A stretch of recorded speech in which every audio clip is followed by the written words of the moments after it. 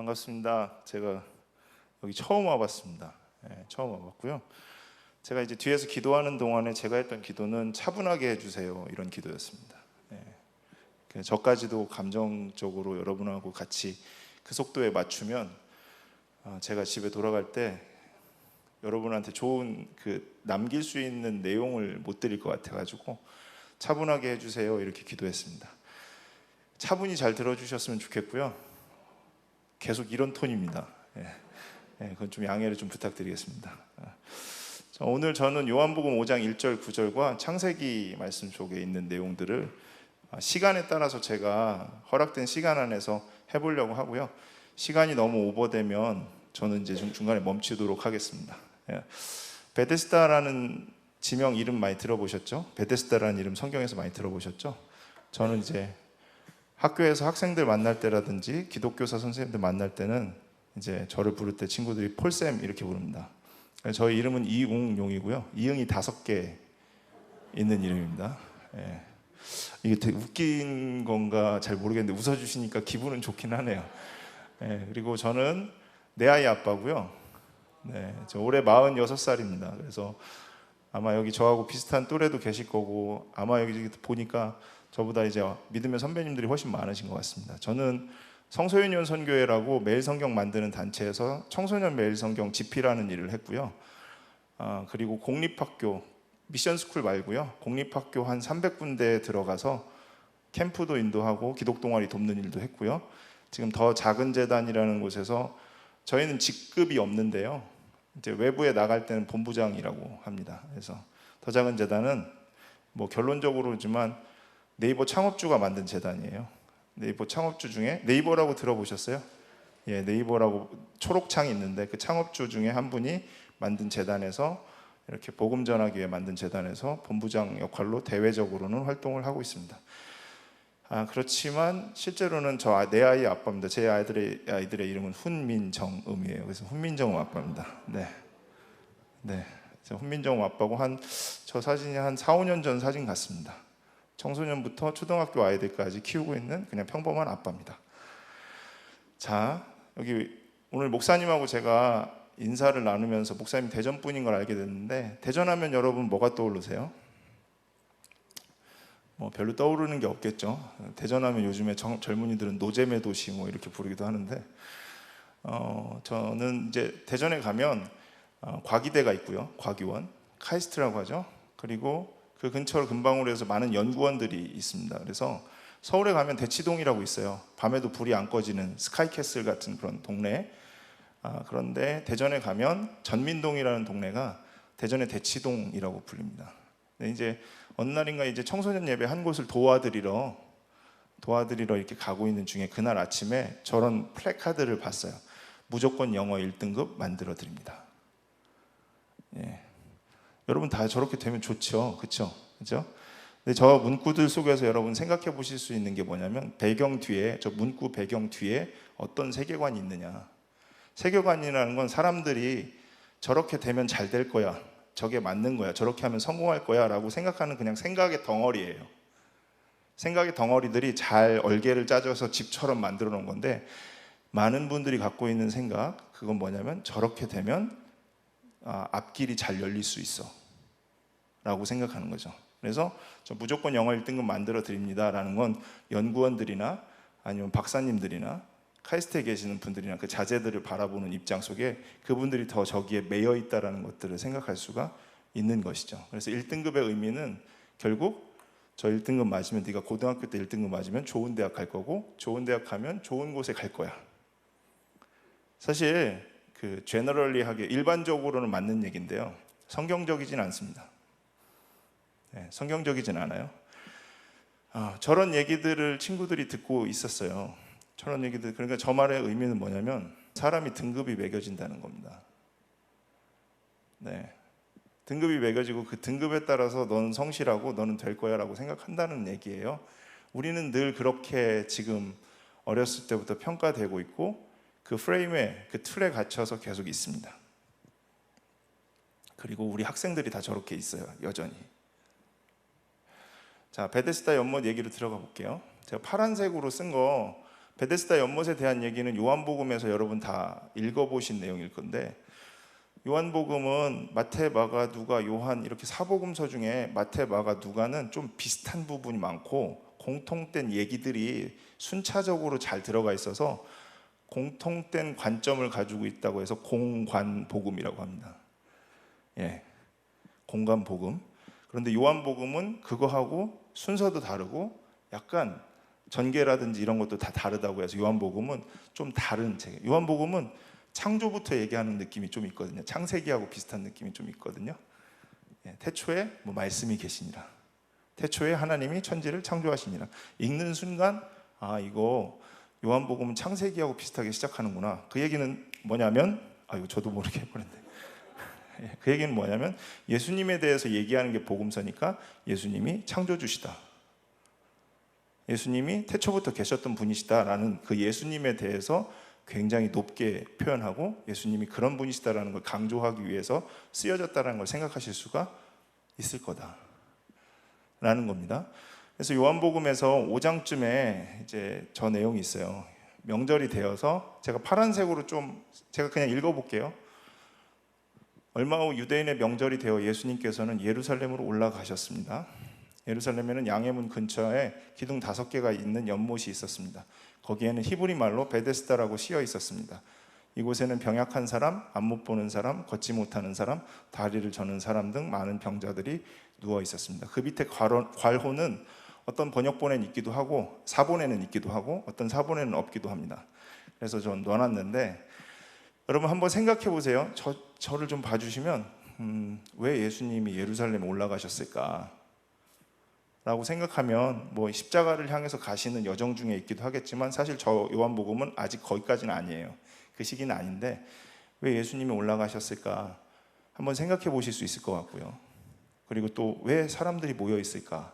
라는 생각도 하실 수 있죠. 사람들이 모여 있는 이유는 뭐입니까? 저기서 저 밑에 이제 괄호 안에 있으면 이야기나 하나의 그 전설이 하나 있는데 물이 이렇게 동하는 시즌이 되면 그때 그 베데스다라는 연못에 딱 들어가기만 하면 몸이 낫는다는 거예요. 사람이 회복된다는 거예요. 그러니까 그 베데스다 연못 중심으로 한 그 텐트 형식으로 이렇게 지붕 씌워진 텐트형 행각, 그 행각 주변에 온갖 아픈 사람들이 다 모여 있는 거죠. 네. 너무 좋은 얘기잖아요. 저렇게 되면 낫을 수 있다. 그렇죠? 그런데 여러분 한번 생각해 보실래요? 상상해 보세요. 상상 좀 해주세요. 자, 상상하실 건 뭐냐면 물이 동했어요. 움직였어요. 그때 여러분 그 순간 거기 있던 사람들은 다 어떻게 될까요? 그 순간, 그런 정보가 딱 뜬 순간 너도 나도 내가 들어가려고 난리가 나죠. 이름은 베데스다, 자비의 집인데 그 순간은 자비의 집입니까? 아닙니까? 아니죠. 그때는 경쟁의 집이죠. 예, 경쟁의 집이죠. 여러분에게 제가 좀 말씀드리고 싶은 게 뭐냐면 말씀 속에서는 베데스다라고 해서 자비의 집, 은혜의 집 이렇게 되어 있지만 실제 저런 일들이 벌어지는 순간 그 순간은 모두가 다 달려드는 생존, 경쟁, 그다음에 뭐 약육강식 같은 그런 느낌의 곳으로 바뀝니다. 제가 왜 저 본문을 택했냐면 학교가 저렇습니다. 같이 친구들끼리 밥 먹고 급식실 가고 웃고 떠들고 이러는 것 같지만 실제로는 그 안에 가지고 있는 세계관은 뭐냐면 야, 이렇게 하면 베데스다야. 베데스다인데 사실은 너 저기 들어가야 돼. 네가 1등 해야 돼. 네가 1등급 해야 돼.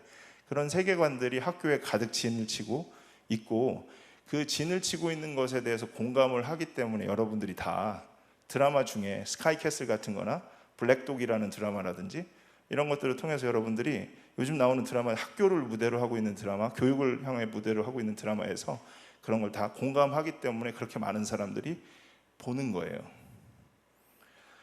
저는 이제 청소년들 많이 만나다 보니까 어느 순간인가 저런 이제 본문을 보면 청소년들 생각이 많이 나요. 예, 그래서 저기가 베데스다가 혹시나 학교와 같지 않을까라는 생각들을 하게 됩니다.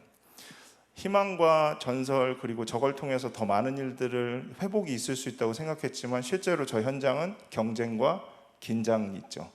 언제 어떻게 될지 모르기 때문에 늘 촉각을 이제 쏟아야 되는 거죠. 그리고 사실 어떻습니까? 쉼도 없죠. 여러분 계속 생각하고 계시고 계속 그걸 추구하고 계시면 여러분이 쉬세요, 못 쉬세요? 아니, 쉬어야죠. 그렇죠? 그래서 요즘 유행하는 말 중 on and off 이런 게 있지 않습니까?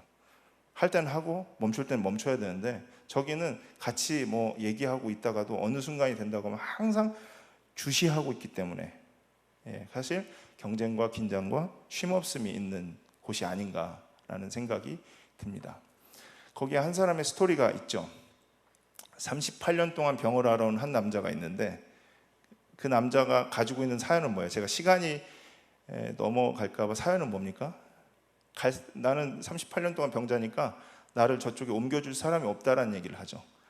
예수님이 말씀하시는데 낫기를 원하세요? 라고 물어보니까 이 사람이 하는 말은 낫기를 원해요, 이렇게 말해야 되죠. 그렇죠? 고개 끄덕여 주시니까 제가 살 것 같아요. 고개 끄덕여 주시니까 낫기를 원하세요 물어보면 저 낫고 싶어요 이렇게 말하잖아요. 그렇죠? 그게 원래 인지상정인데 저기서 뭐라고 합니까? 이 사람이 툴툴대면서 다른 말 하죠. 뭐라고 얘기해요? 나 가야 되는데 들여보내주는 사람이 없어서 나는 안 돼요, 이렇게 얘기하지 않습니까? 그죠? 그 사람이 갖고 있는 상황, 그리고 실제로 베데스다 주변에서 벌어지고 있는 생태계, 삶의 현장들이 어떤 현장인지를 보여주고 있지요.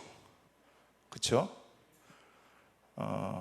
이 남자는 낫고는 싶지만 안 된다라고 생각하고 누구도 나한테 관심을 가져주지 않는다라는 생각을 갖고 있는, 그런 누구도 고칠 수 없다라고 생각하는 그런 가운데 계속 기대만 붙들고 있는 사람 같습니다. 그때 저렇게 말하는 사람 앞에 예수님께서 하신 말씀이 뭐라고 하냐면 일어나서 당신의 침상을 들어 걸어가시오, 이렇게 얘기를 하죠. 그날이 안식일이었다라는 겁니다. 자, 여기서 오늘날 어디와 비슷한가? 제가 얘기한 건 학교라고 생각을 해요. 아니라고 생각하실 수도 있어요. 제가 학교라고 생각하고 기독교사님들 만나고 학생들 만나면 친구들이 되게 많이 공감해요.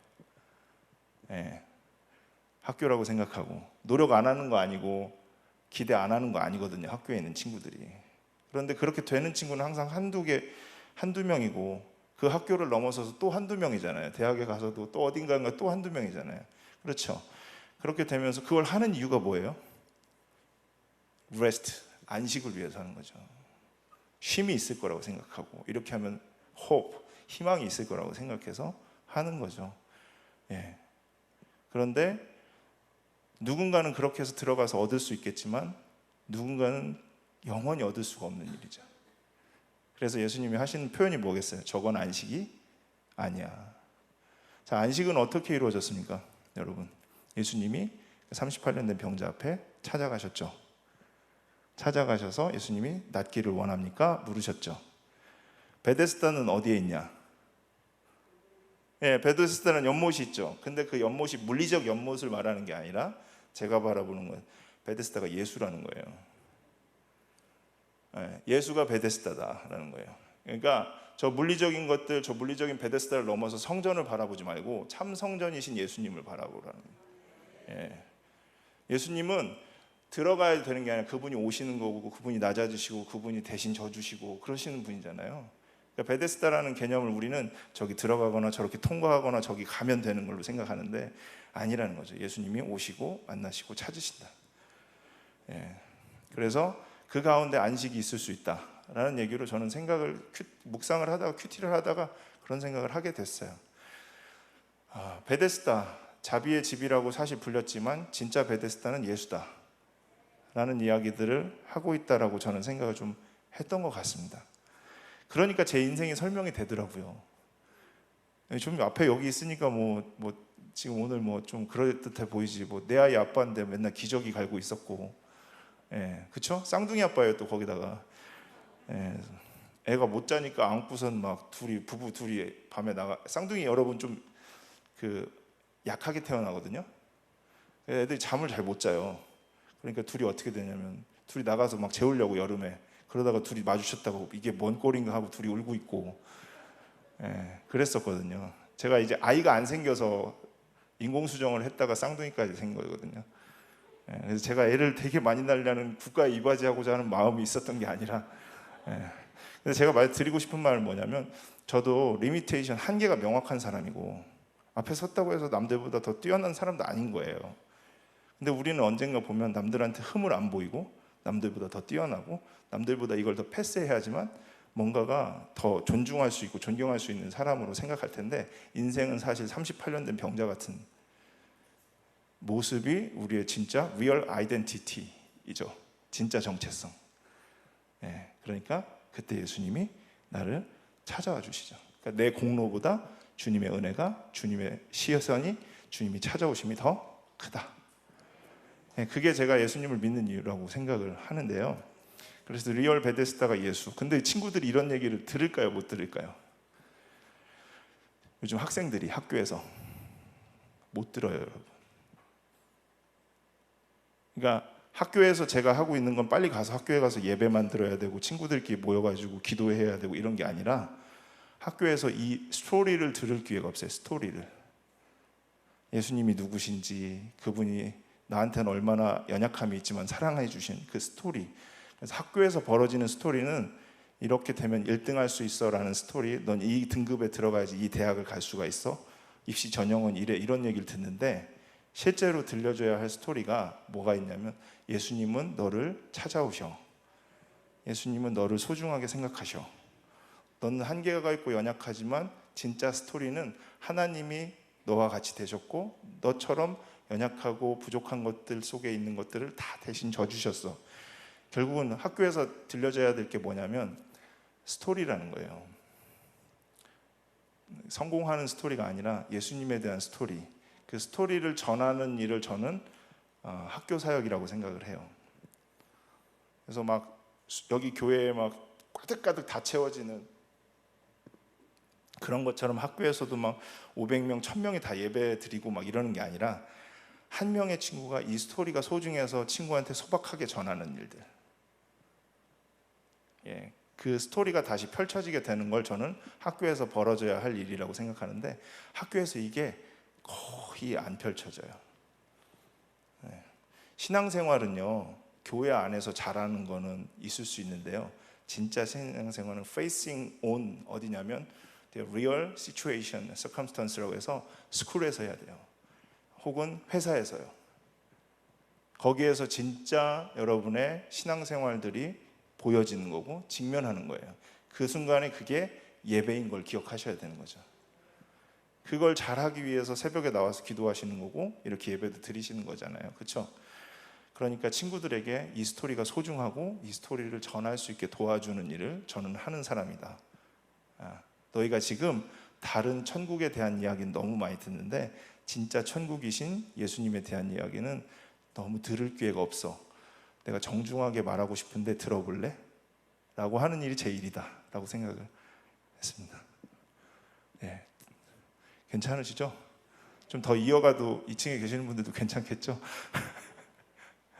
오늘 아침에 오늘 이제 대전에서 인천 오면서 20대 연인이 영유아를 살해한 일이 뉴스를 봤어요.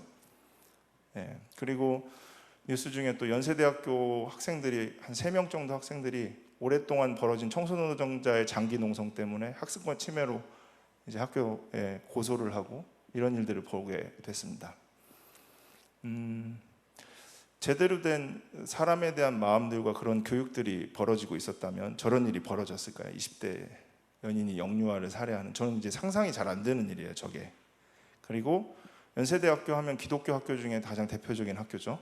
그런데 그 학교 중에 지금 사실 저런 학습 침해를 받고 있다고 해서 고소를 하거나 혹은 청소노동자님들의 그런 공간들을 보니까 굉장히 열악하더라고요. 학교가 그런 부분들을 인격적으로 그 시설을 이제 마련하지 않은 일들이나 가장 보이지 않게 일을 하고 계시는 분들일 텐데 월급이나 이런 시급을 올려주는 측면을 넘어서서 그런 공간을 왜 이렇게 하지 않았을까? 라는 게 우리 시대의 자화상이거든요. 20대 연인은 자기가 편한 걸 원하는 거죠. 나 중심적인 거죠. 우리 세계관이에요. 그래서 연세대학교는 어떤 겁니까? 지금 여러분 보실 때도 모든 걸 효율적으로 생각하는 그 시스템들 속에서 있다 보니까 저런 걸 저렇게 두는 거죠. 그렇죠? 이제 그런 생각들 속에 우리가 한번 해본다고 하면 뭔가 학교에서 들려져야 할 스토리가 뭔지를 알 수가 있죠. 학교에서 들려져야 돼. 우리가 다 학교를 거쳐오는 사람이잖아요. 그렇죠? 네. 제가 이제 그 창세기 4장 말씀을 좀 더 준비했는데, 가인이 아벨을 죽이고 나서 하나님이 가인을 어쨌든 목숨은 유지시켜 주시죠. 가인이 여호와 앞을 떠나 에덴 동쪽 놋 땅에 살았습니다. 가인이 자기 아내와 잠자리를 같이 하니 아내가 임신을 하여 에녹을 낳았습니다. 그때 가인은 성을 쌓고 있었는데 가인은 자기 아들의 이름을 따서 에녹이라고 불렀습니다. 이렇게 되어 있습니다. 가인이 여호와 앞을 떠났다라는 의미가 뭘까요? 한 번만 생각해 보세요. 하나님 앞을 떠났다, 그냥 실제 하나님을 안 본다 이런 얘기보다는 뭔가 하나님으로부터 오는 명령과 말씀들과 이런 가치관들을 다 떠났다라는 의미로 저는 더 받아들여졌고요. 성을 쌓은 이유는 뭘까요? 네. 이제 에덴은 성이 아니에요. 에덴은 성은 보호해야 되겠다라는 그런 의식이 있는 거겠죠. 그리고 성의 이름을 에녹이라고 하면, 에녹은 다른 이름도 있어요. 성경에 굉장히 좋은 이름으로도 쓰여지기도 하는데요. 아담의 후손 중에 에녹이라고 부른 이유가 뭘까? 이런 질문들이, 파란색은 제가 그냥 읽으면서 질문이 생긴 거예요. 성을 쌓은 의미는 자기 이론, 자기 시스템을 구축하려고 하는 거죠. 그리고 시스템을 구축해서 보호하고 세력을 갖고 더 힘을 얻기 위해서. 이거 제일 잘하는 데가 어딘 줄 아세요? 기업입니다. 제 재단 대표님이, 저는 3층에 있고요, 재단 대표님이 4층에 있어가지고 맨날 하시는 얘기가 네이버가 얼마나 현실적으로 악한가 이런 얘기 많이 해주세요. 그래서 기업들이 정말로 여러분들 하나하나가 하는 것들을 다 데이터로 잡아가지고 여러분들이 그 안에서 벗어나지 못하게 하는 거 얼마나 하는가, 그런 얘기 하시거든요.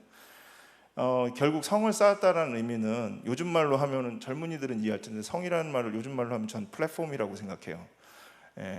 그 플랫폼이라는 건 그 안에서 놀게 하는 거고, 그 안에서 쓰게 하는 거고, 그 안에서 다 모든 것들을 하게 하는 거죠.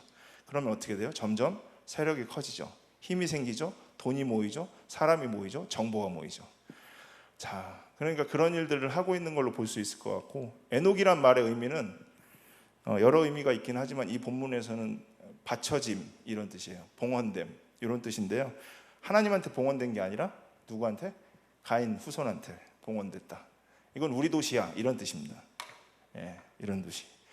자, 이런 거 안에서 여러분께서 생각을 해보시면 또 계속 이어서 가볼게요. 자, 4장 18절부터 22절 보면, 에녹은 이랏을 낳았고 이랏은 무우야엘을 낳았고 무우야엘은 무드사엘은 라멕은 두 아내를 얻었습니다. 한 아내의 이름은 아다이고 다른 아내의 이름은 실라입니다.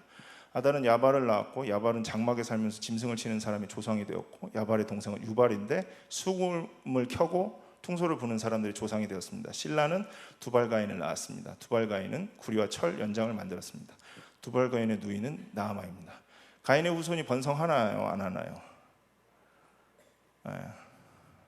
번성하죠. 하나님께서 모든 인간에게 주셨던 그 번성이라는 것에 대해서는 있죠. 그리고 가인의 후손이 학습하는가 하지 않는가 이런 생각을 한번 해보세요. 배우는가 안 배우는가. 자, 제가 가인의 후손은 번성합니다. 이제 육체적으로 후손이 계속 늘어나잖아요. 근데 자기 방식을 더하죠. 그게 뭐예요? 두 아내를 얻었습니다. 이런 얘기가 처음으로 나오죠. 그렇죠?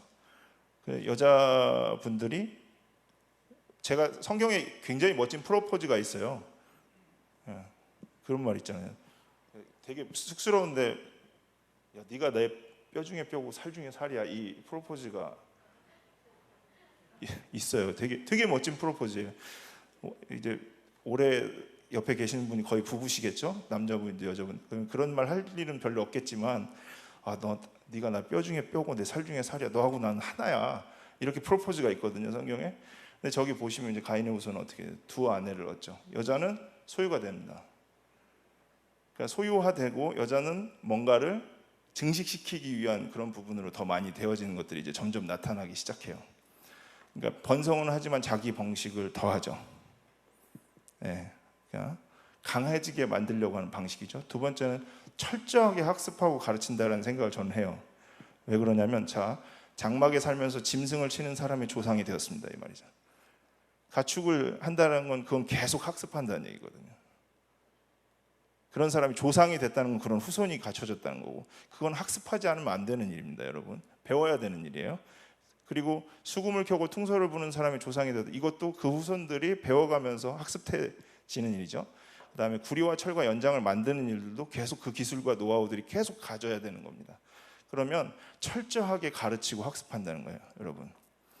자, 여기서 중요한 게 가인의 후손이 엄청나게 자기 영토와 성과 후손들을 위해서 계속해서 가르치고 있을 거다라는 얘기를 제가 좀 한다고 하면, 여러분, 우리가 살고 있는 이 사회 속에서 세상이 주고 있는 수많은 가르침이 있습니다.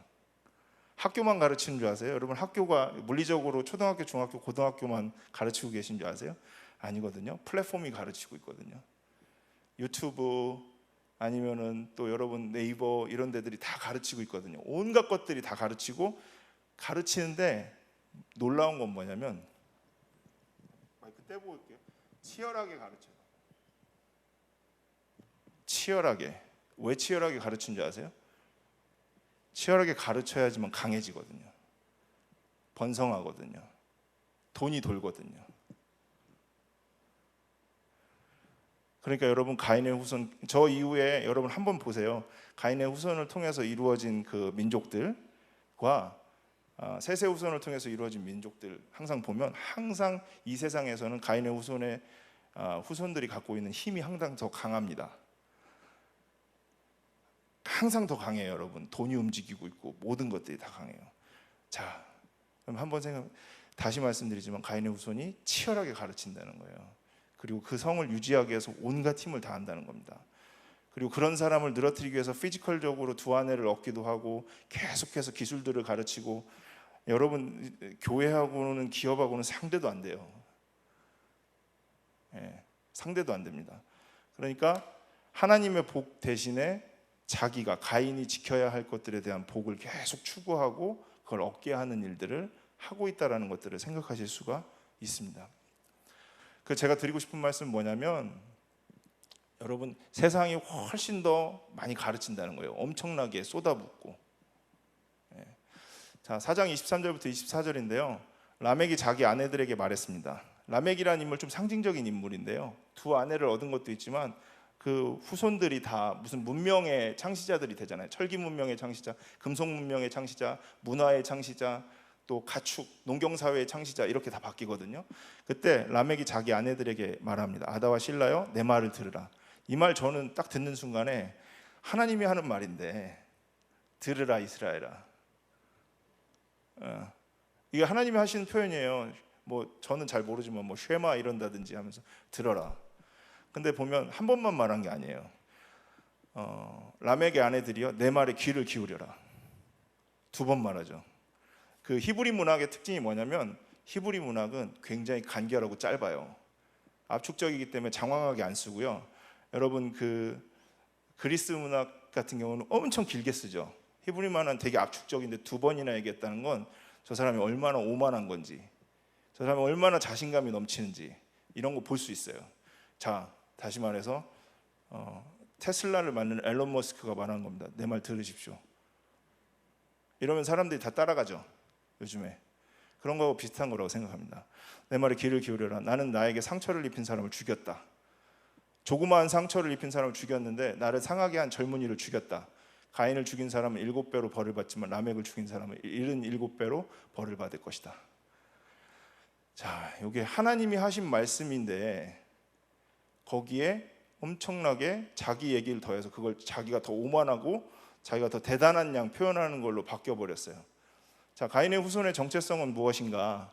가인의 후손은 어떤 메시지를 토대로 하고 있는가? 이런 거 잘 보시면, 여인은 소유가 되었고 라멕은 내가 성공한 스토리를 따라 내 힘에 굴복해 라고 말하고 있고요.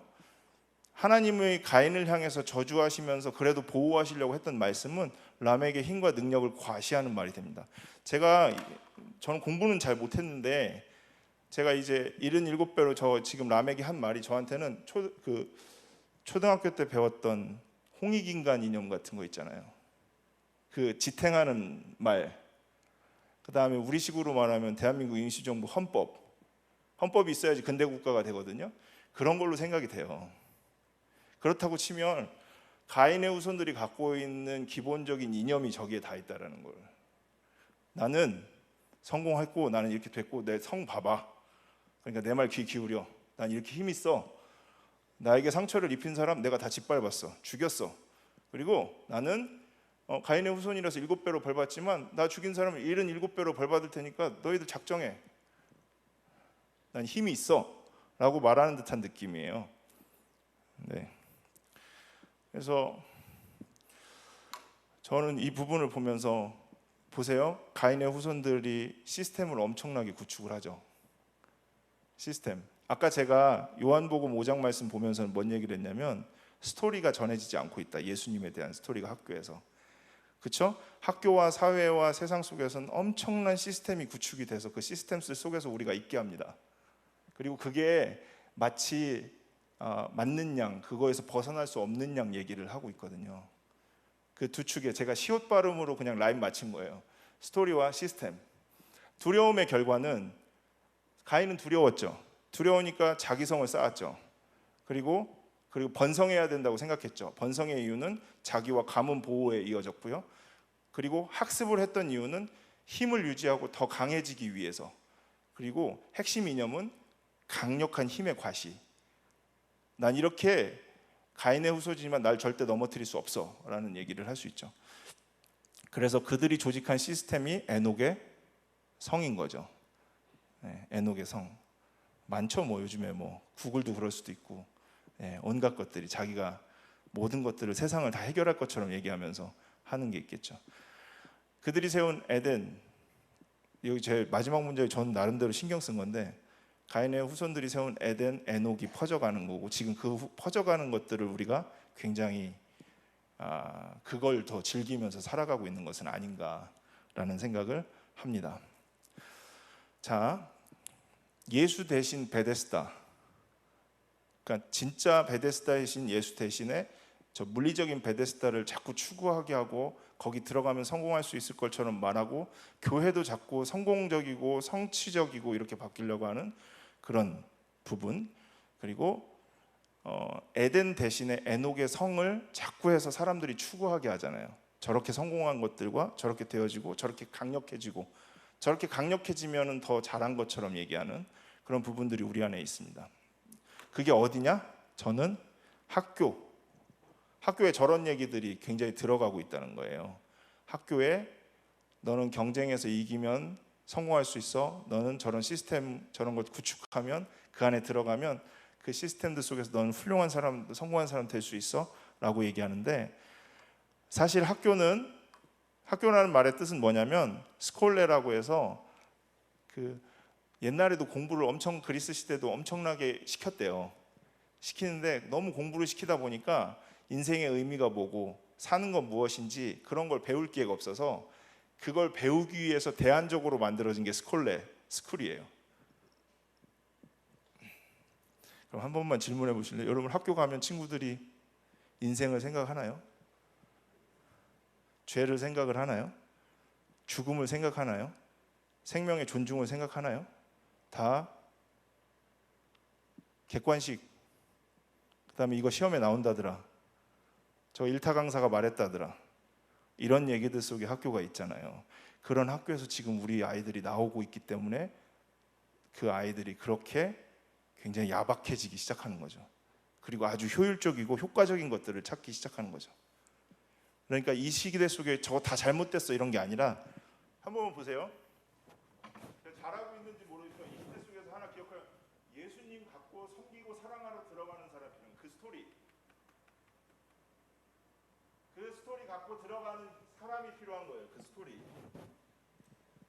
그리고 성공한다고 가인처럼 높아진다고 하는 시스템들을 가지고서 들어가는 사람이 아니라 낮아지고 부인하고 그 다음에 자기 자신의 것들을 내어놓을 수 있는 그런 사람의 시스템이 들어가는 거예요. 그게 바로 예수님의 나라의 시스템이에요.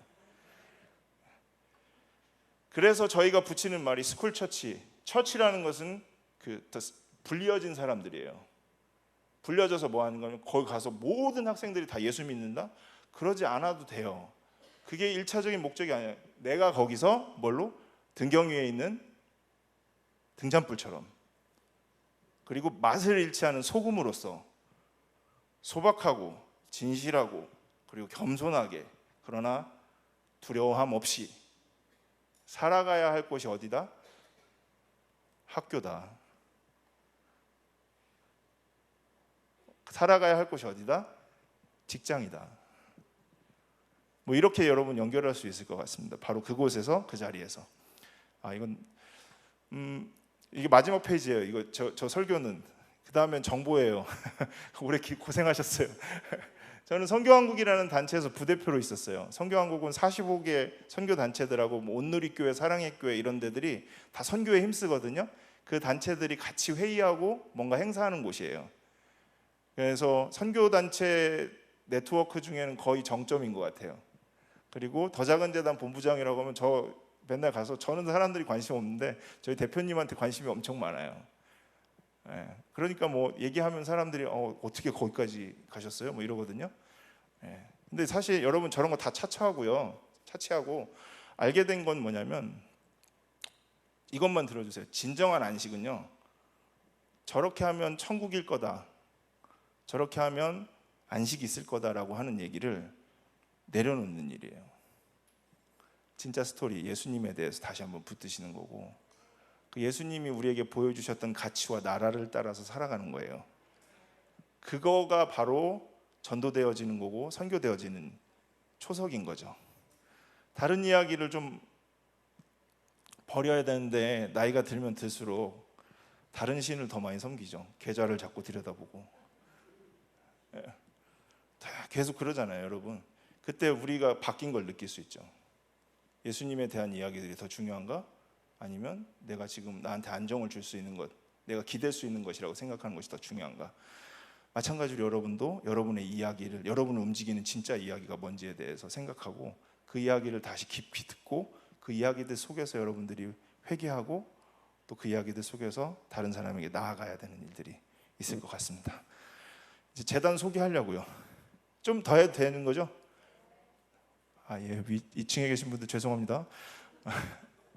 저희 재단이 가지고 있는 문구인데요, 2세대 청소년이 하나님 뜻 안에서 올바른 꿈을 찾다, 이렇게 되어 있습니다. 저희 재단은 청소년들한테 복음을 전하려고 만들어진 선교 단체가 아니라 일반 재단이에요. 문화체육관광부 산하에 있는 일반 재단이고요.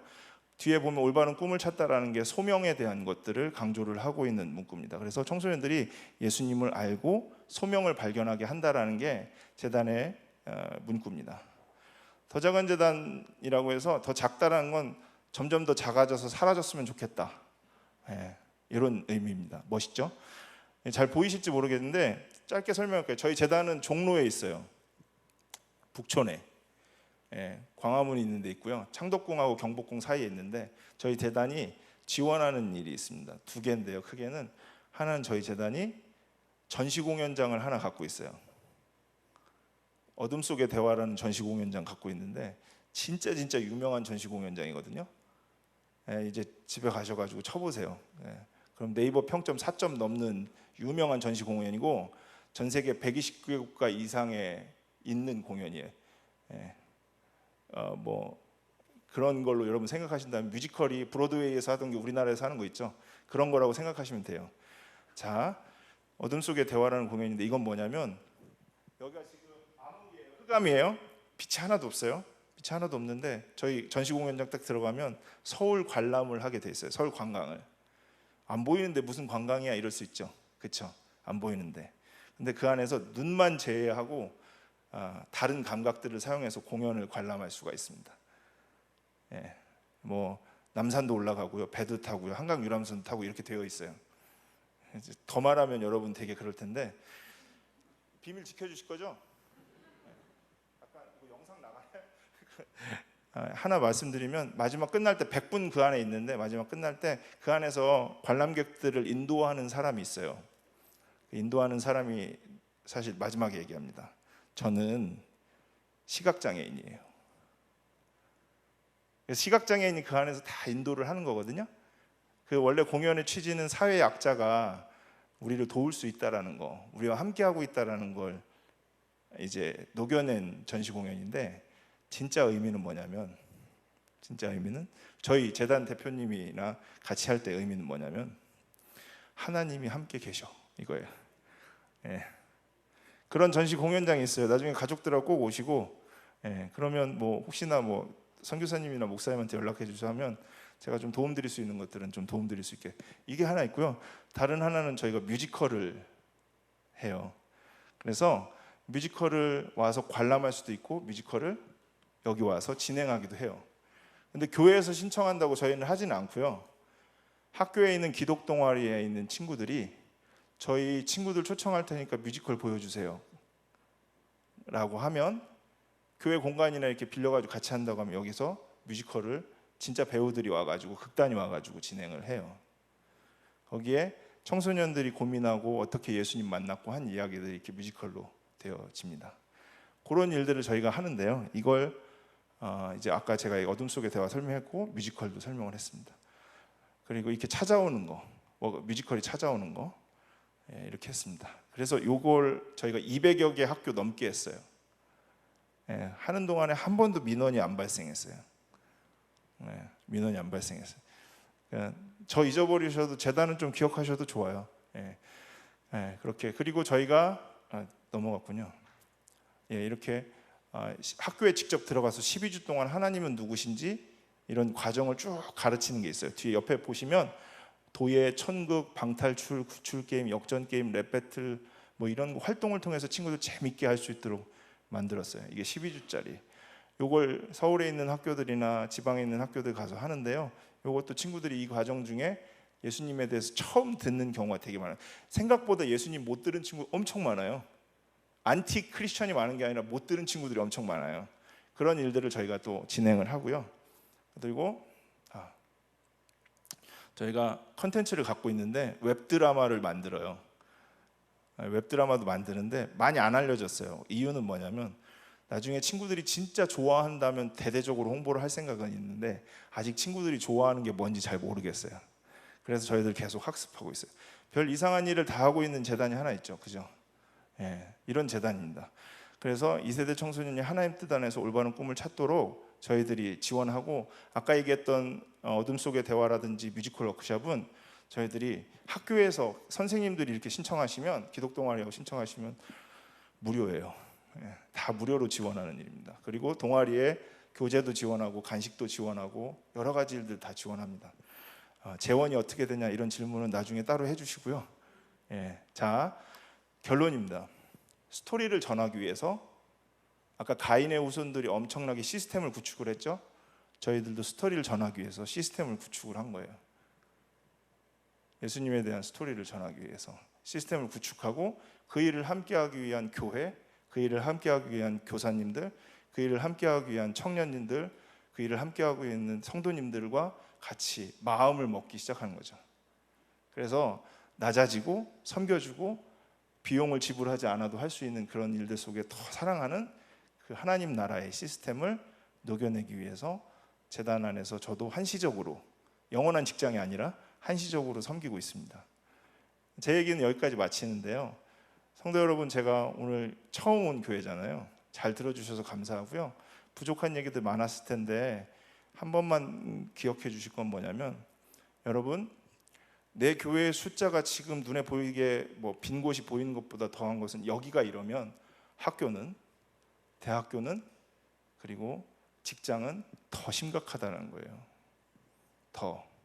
그래서 그런 선교적 마음을 가지고 해외만이 아니라 지금 우리의 현장들 속에서 스토리를 전하고 예수님을 올바르게 전할 수 있는 아름다운 시스템들을 같이 구축할 수 있는 여러분과 저희가 됐으면 좋지 않을까라는 생각을 전해봅니다. 감사합니다. 제가 기도할게요. 네. 기도하겠습니다. 하나님, 겸손하게 전했습니다.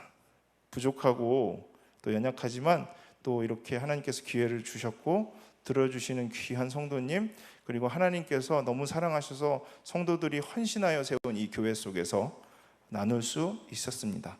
다시 한번 우리를 회복시켰던 그 복음을 전하는 마음, 그리고 그 복음이 가지고 있는 큰 광대함과 사랑을 나눌 수 있는 저희들 될 수 있도록 우리의 마음이 성령 안에서 연결되어질 수 있도록 도와주십시오.